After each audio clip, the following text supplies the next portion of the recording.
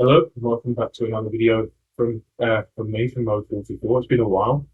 Haven't done videos for a while, but I thought I'd come back and start again. Now I've had a bit of a break.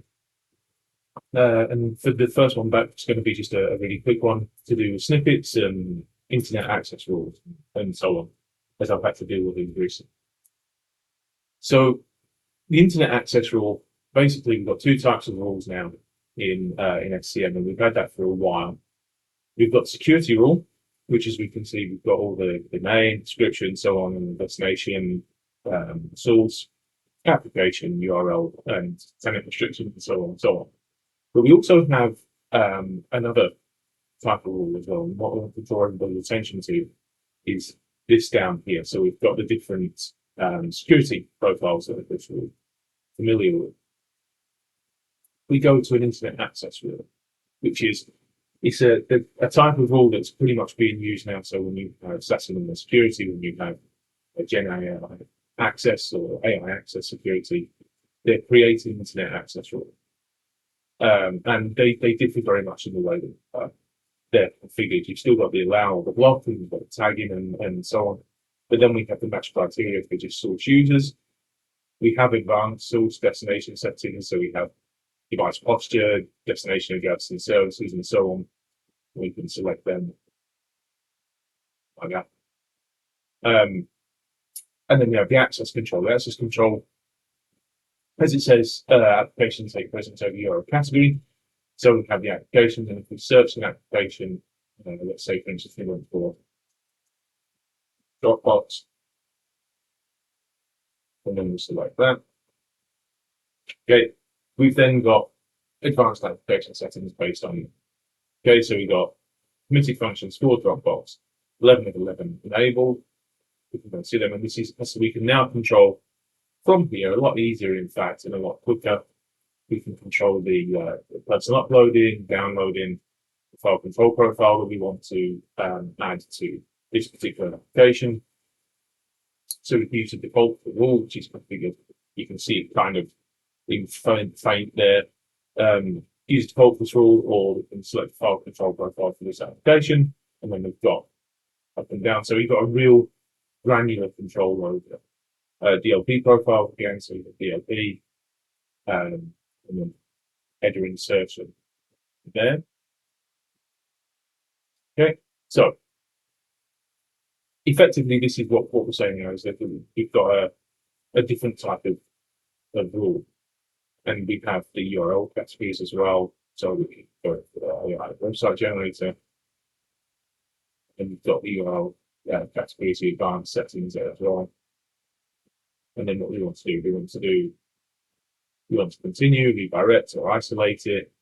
Then we've got an isolated, we've got a station profile, credential submission, allowed, not allowed, encryption enabled and not enabled, file control profiles and DLP profile. Okay, so now that, and then we've got the security inspection with file control profile, which is what we looked at before. So we've got the default for the rule, or specifically for this, what we can do for application, and DLP profile there. And then we have the advanced security inspection settings, which are just tick boxes in these particular instances. Now, where the confusion can sometimes come in, and I apologize if nobody's confused when I'm making this video for zero reason, is if we look at this, so we're going to use this one as an example, which is the Gen AI best practice. And if we go across, we see that we've got web security default, web security default. Now, in the instance of a block rule, that's not really a problem, because if the block rule, no traffic's going to go across it. However, what we want to be able to do in our Prisma access is we want to be able to allow that use our own corporate security profiles. But the rule itself, as we've seen, has only got a tick box.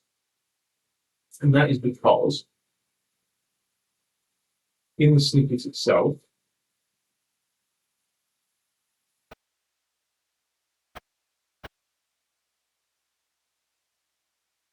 there is none. So if I go to here, none. So it's picking that up from the internet security settings with access. They're found here. It's the internet security settings and what's going to ultimately govern that. So we have threat management, vulnerability protection, detect, command and control, wildfire and malware protection. We also have the DNS security configurations, and we have the encryption configurations, so different encryption settings for these internet security rules. So the way we get around this is we click into there, and we customize. When we customize, we can either do it, so protection level gives us the settings there you can see, basically saying basic settings, settings. So do I want critical coverage, do I want high and above signature, low and above signatures, and information above signatures? So basically you're going to take action on those, or I could use my local vulnerability profile. I'm going to do the same here. This is so the antivirus becomes the detect, command and control. So antivirus is effectively anti-spyware. So anti-spyware is everything that's controlling C2 communication as well. So looking at antivirus, and I'll leave that. So in there we can have our test anti-spyware profile like that. We can block countries, so we can do a source region block or a destination region block, so that we can remove certain friendly nations or sanctioned nations, or even just places that you know for a fact that you're not going to need to communicate with. So this is inherited, and we can enable cloud inline categorization there. Then I'll say customized. Inherited from global internet security default. So that's inherited from the global configuration scope that the internet security default snippet, which is associated with the global scope. And again, we've got our wildfire and malware protection, which is exactly the same thing again. So this is antivirus and wildfire. Setting multiple short wildfire profile.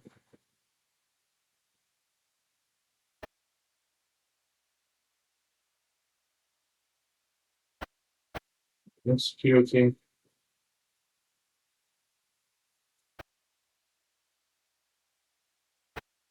So what's that? You can look at the DNS security. And we have decryption. So there's no real need to change the decryption profiles. We can go to a customized one. We can say there's a tested 1.0 there, which I've done the Euclid scale. And then you'll remove shell because we don't want that anymore. And then you've got your normal configurations there, right? So certificate verification, bug checks, and so on and so forth. Inbound inspection, encryption, and then do that encryption. Okay, so let's do that. Let's do the button period and some lines as well. And we have objects with class posturing and group control. So once I've done that, I now go back to my security policy. Put that down, it doesn't automatically do that. Fine. Yeah, actually did that. You can see now that we've got these selected as our anti-spyware profile, vulnerability profile, and the wildfire profile. And just to say, so the wildfire in antivirus, so when we're using the wildfire profile, although they change the terminology, so although it says it's just a wildfire profile, it's in fact every wildfire is now configured with antivirus as well. So the whole profile is what's for that. So we simply push that config. Once that's pushed, you've now got complete control across your internet security rules as you did over your normal security rule itself, using your profiles. As it were, I hope it's been helpful. It was a very, very quick video, 5 minutes also. So, and I'll see you in the next one, because let's start making all that now. SCM's changing a lot. Everything's progressing at a huge pace. I like. So again, that's more to go on. See you soon.